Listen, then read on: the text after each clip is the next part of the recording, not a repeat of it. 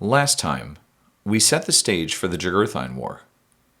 Today, we will join Marius on the path to his victory over the rebel king and his first consulship.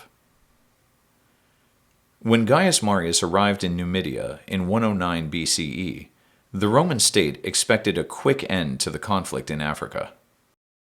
Jugurtha's grievances over the succession to the Numidian throne were of interest to the Romans, but the conflict did not represent a real threat to the state itself. Rather, the Senate's attention was mostly focused on the other, larger conflict that had been simmering beyond the Alps for the past 4 years. In 114 BCE, a confederation of German barbarians appeared on the Roman border. These barbarian tribes had already attacked and defeated several Roman armies and their allies beyond the Alps. In fact, by 109 BCE, the year that Marius left for Africa, the Cimbri and their Teuton allies had defeated the largest Roman army ever assembled, which left the pathway open to Rome should the barbarians wish to march on the city. It was only because the Germans didn't seem to want Italy that they didn't invade. Rather, they turned west to Gaul and Hispania in search for lands to settle. The Romans, clearly, could not stand for this. Naturally, this conflict to the north is where Rome sent most of her military power, leaving relatively little for the campaign against Jugurtha. The Senate, acutely aware of Jugurtha's tendency to bribe his way out of conflict, assigned Quintus Caecilius Metellus, a man known for his virtue and honesty, to lead the fight against him.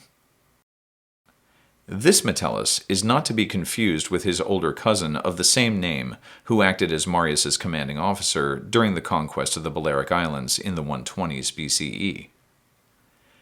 The younger Quintus Caecilius Metellus wanted Marius as his legate, despite the fact that Marius had fallen out with the rest of the Metelli clan. Since he saw the war against Jugurtha as his patriotic duty, rather than as a money-making opportunity, he chose the best legate that he could find. That meant Marius. Unfortunately for Metellus, Marius didn't view his involvement in the campaign quite the same way.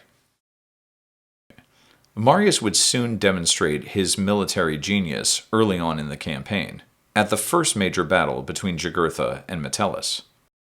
Metellus, wishing for a quick victory, pursued Jugurtha's army deep into the Sahara Desert in the south of Numidia.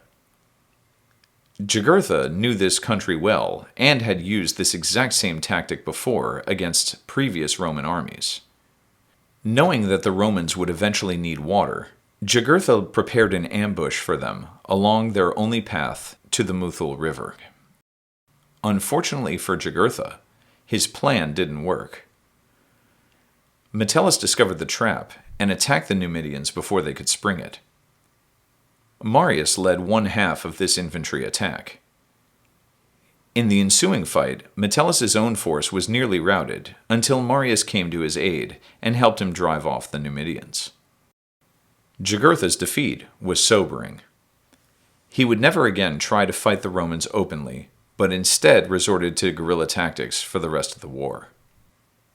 After this great victory, Marius was singled out by his fellow soldiers for his critical role.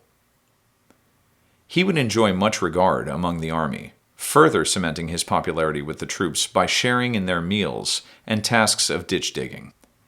As his popularity with the rank-and-file soldiers increased, his popularity with Metellus fell precipitously.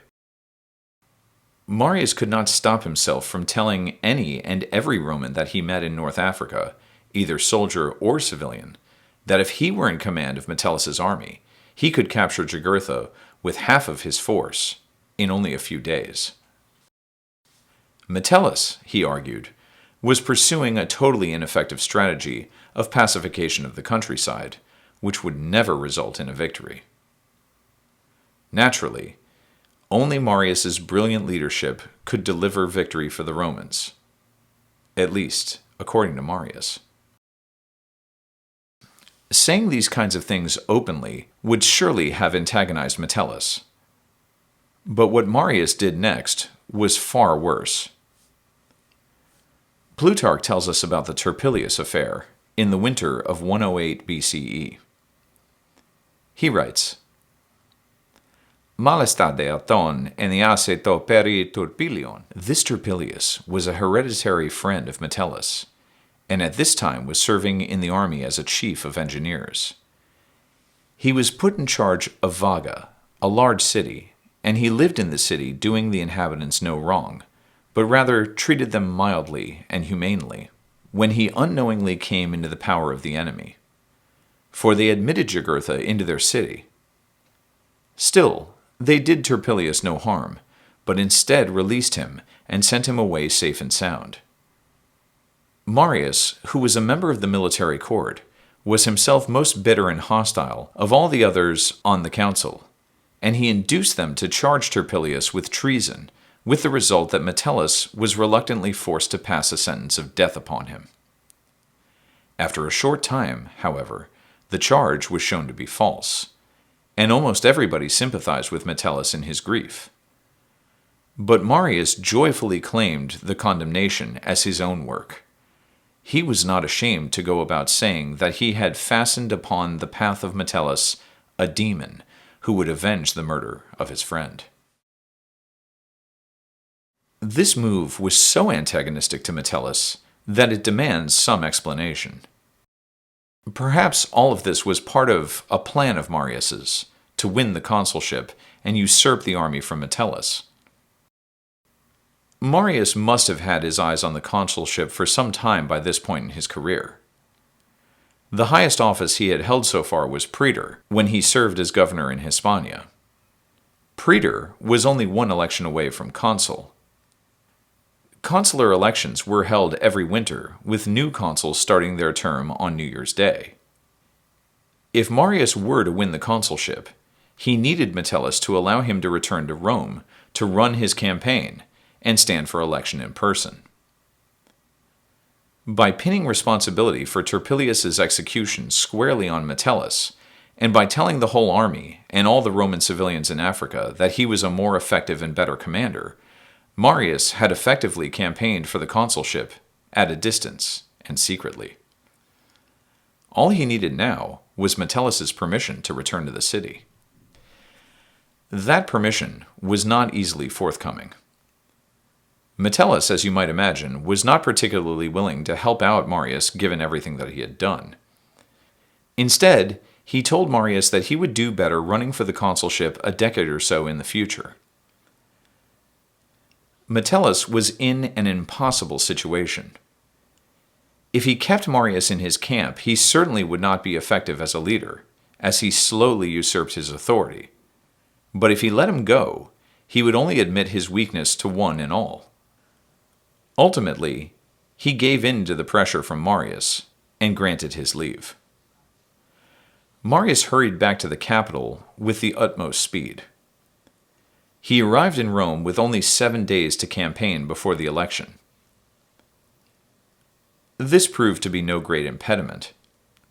News of Marius's military exploits had preceded him to the city, and he was now regarded as a famous war hero, promising to reverse Rome's most recent streak of military disasters. The people ate it up. Additionally, when pressed by his enemies about rumors of Marius's enmity with Metellus, Marius was able to spin a favorable story about even this. He blamed the military setbacks squarely on Metellus. And again, he argued, if he were consul, and he were in control of the army, the war would be over in a matter of weeks. This message of quick victory was particularly interesting to Rome's business elite, who feared for the poor economic effects of a protracted war in Africa. These arguments ultimately were persuasive to the Roman people, and Marius handily won the consulship for the year 107 BCE. From this high political office, Marius would begin to challenge the norms of the Roman Republic. If there was one thing that Marius wanted even more than the consulship, it was command over Metellus's army. In order to achieve such an extraordinary military appointment, Marius would employ increasingly radical tactics. The Roman Senate controlled military appointments. They had assigned Metellus to be the commander of the army for the year to come. To get around this little impediment, Marius used his political alliance with the tribune of the plebs, the head of the plebeian council, to pass a plebiscite, or law which could be used to overrule a decision of the Senate. This sort of insubordination of the will of the Senate was unprecedented. It would exacerbate pre-existing divisions within Roman society, and it would eventually lead the Romans to civil war. Join me next time to see what Marius does with command of Metellus' army. I'm Matt Lupu. Thanks for listening.